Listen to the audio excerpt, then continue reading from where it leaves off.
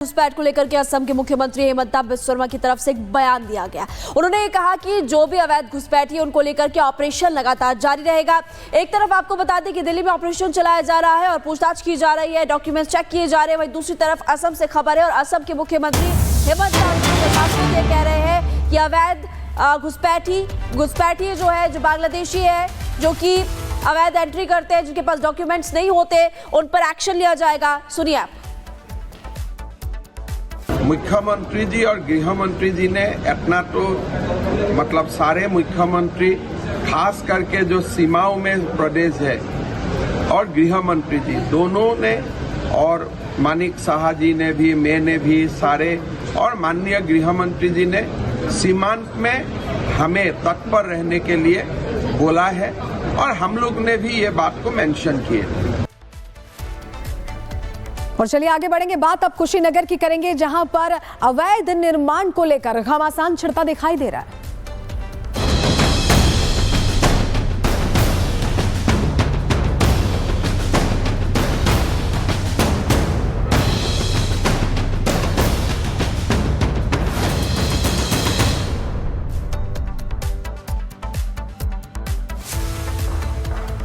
कुशीनगर में बताया जा रहा है कि मस्जिद को अवैध निर्माण को लेकर रण छिड़ गया है, क्योंकि यहां पर सरकार ने जवाब भी मांगा है कि आखिर बिना इजाजत अवैध निर्माण किया क्यों गया और इसके लिए बाकायदा 15 दिन का समय दिया गया है। पूरा मामला क्या है, रिपोर्ट के जरिए आपको दिखा रहे हैं।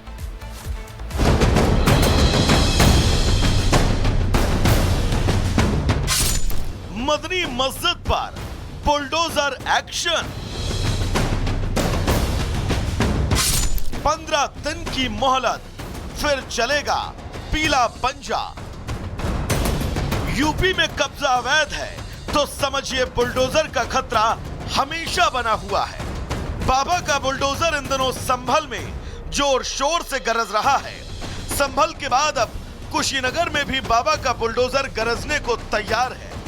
कुशीनगर की मदनी मस्जिद बुलडोजर के निशाने पर है। जानकारी के मुताबिक मदनी मस्जिद को कुशीनगर नगर पालिका ने नोटिस जारी किया है।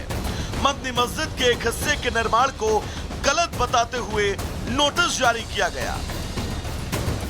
नगर पालिका प्रशासन ने मस्जिद की दीवार पर नोटिस चस्पा किया। इसमें मस्जिद के तीसरे और चौथे मंजिल के साथ भूमिगत कमरों के निर्माण पर आपत्ति जताई गई। नोटिस में मस्जिद इंतजामिया कमेटी को 15 दिनों के अंदर अपना पक्ष रखने की मोहलत दी गई है। मदनी मस्जिद वैसे तो 25 साल पुरानी है, लेकिन इसका एक हिस्सा हाल ही में बनाया गया है। ये हाटा नगर पालिका क्षेत्र में आती है। कुछ दिनों पहले हिंदू संगठनों की ओर से इस मस्जिद के नजूल भूमि, पुलिस स्टेशन और नगर पालिका की जमीन पर निर्माण करने की शिकायत की गई थी। इसके बाद एसडीएम स्तर पर पैमाइश शुरू हुई। पैमाइश के वक्त मुस्लिम पक्ष ने अपनी ओर से कागजात भी पेश किए। हालांकि जमीन को लेकर तो रुख स्पष्ट नहीं हो सका, लेकिन तीसरी और चौथी मंजिल के बिना मंजूरी के निर्माण की बात सामने आई है। उसको वो कब्जा किए हैं और उनकी जो चारदीवारी चली थी एक पंचायतन, उस चारदीवारी के बाहर वो कटरन सीट डाल रहे हैं, फिर उस पर से कटरन सीट एक डाल रहे हैं, फिर आगे अपना सामान रख रहे हैं, गाड़ी घोड़ा खड़ा सरकारी जमीन में, जैसे लगता है उनका कब्जा है अपनी। जिला प्रशासन ने कुछ दिनों पहले भारी पुलिस सुरक्षा के बीच मस्जिद की जमीन पर पैमाइश कराई थी, ताकि संभल जैसा कोई बवाल यहां पर ना हो। हिंदू और मुस्लिम पक्ष के अपने अपने दावे हैं, लेकिन ये तो तय है कि बाबा का बुलडोजर अवैध कब्जे पर बिना चले रुकने वाला नहीं है। Bureau report, Republic Bharat. तो दोनों पक्षों के अपने अपने दावे हैं, लेकिन इस बीच अवैध मस्जिद हटाने की जिद सामने आ रही है। ऐसा क्यों कह रहे हैं ये बता देते हैं। दरअसल उत्तर प्रदेश के कुशीनगर की मदनी मस्जिद का ये मामला है। कुशीनगर का ये पूरा मामला है। मदनी मस्जिद पर बुलडोजर से कार्रवाई हो सकती है, इसको लेकर प्रॉपर नोटिस दिया जा चुका है। प्रशासन का मदनी मस्जिद को 15 दिन का अल्टीमेटम सामने आया है, प्रॉपर नोटिस दिया गया है।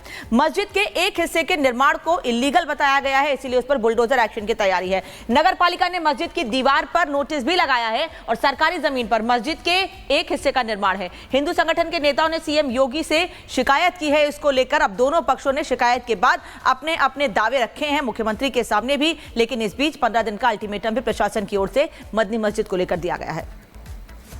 और अब आगे बढ़ते हैं उत्तर प्रदेश की मथुरा से खबर आपको बताते हैं। उत्तर प्रदेश के मथुरा में आर्मी कैंटीन में धोखाधड़ी का मामला सामने आया। पुलिस ने गिरफ्तारी भी कर ली है। रिपोर्ट आप देखिए। मथुरा के थाना सदर बाजार पुलिस ने सरकारी आर्मी कैंटीन से धोखाधड़ी के मामले में एक शख्स को गिरफ्तार किया है। गिरफ्तार किए गए आरोपी का नाम दीपक कुमार है, जिस पर आर्मी कैंटीन से 1,83,44,000 से ज्यादा की धोखाधड़ी का आरोप है। आरोपी के कब्जे से 1,66,62,000 रुपए बरामद किए गए हैं। इस मामले में आरोपी दीपक के पिता, मां, पत्नी और भतीजे को पुलिस पहले ही गिरफ्तार कर चुकी है। 1,83,00,000 से ज्यादा रुपए का गबन हुआ है। प्राप्त तहरीर पे तत्काल अभियोग पंजीकृत किया गया। एसपी सिटी, एसपी क्राइम के नेतृत्व में टीमों का गठन किया गया। कुल 100% जो गबन की राशि थी वो पुलिस ने बरामद कर ली है। आरोपी दीपक कुमार आर्मी कैंटीन में नायक के पद पर कार्यरत था, जिसने कैंटीन के करोड़ों रुपए अपने और अपनी पत्नी के बैंक खातों में ट्रांसफर किए थे। इस मामले में कैप्टन पंकज यादव ने शिकायत दर्ज कराई थी। Bureau report, Republic Bharat. और चलिए आगे बढ़ेंगे, बात लखीमपुर खीरी की करेंगे, जहां एक बस में अचानक आग लग गई। बड़ी मुश्किल से आग पर काबू पाया जा सका। तस्वीरें 1 मिनट की रिपोर्ट में आपको दिखा रहे हैं। धू-धू कर जलती बस, आग की लपटों से धुआं उठता दिखाई दे रहा है। तस्वीरें यूपी के लखीमपुर खीरी की हैं, जहां रोडवेज की खड़ी बस में अचानक आग लग गई। कुछ ही मिनटों में बस धू-धू कर जलने लगी। आग का विकराल रूप होता गया। आसपास के लोगों ने आग बुझाने की कोशिश की। कड़ी मशक्कत के बाद आग पर काबू भी पा लिया गया, लेकिन तब तक बस पूरी तरह जलकर खाक हो चुकी थी। जानकारी के मुताबिक बस ड्राइवर रोजाना की तरह ही थोड़ी देर पहले ही बस को सीएचसी के पास खड़ी कर गया था। तभी बस में आग लगने की जानकारी मिली। आग इतनी भयंकर थी कि देखते ही देखते बस पूरी तरह जल गई। गनीमत ये रही कि उस वक्त बस में कोई सवारी नहीं बैठी थी। माना जा रहा है कि बस में शॉर्ट सर्किट के कारण आग लगी। हालांकि सटीक वजह तो जांच के बाद ही सामने आ पाएगी। Bureau report, Republic Bharat. खबरों में आगे बढ़ते बात करेंगे पहाड़ों की, क्योंकि बर्फबारी लगातार जारी है और वहां के लोगों की मुश्किलें इस वक्त बढ़ती हुई नजर आ रही है। उत्तराखंड की बात करें, भारी बर्फबारी की वजह से कई हाईवे बंद हो चुके हैं। 1 मिनट की इस रिपोर्ट को आप देखिए। मौसम ने करवट ली और पहाड़ों पर जमकर बर्फबारी हुई।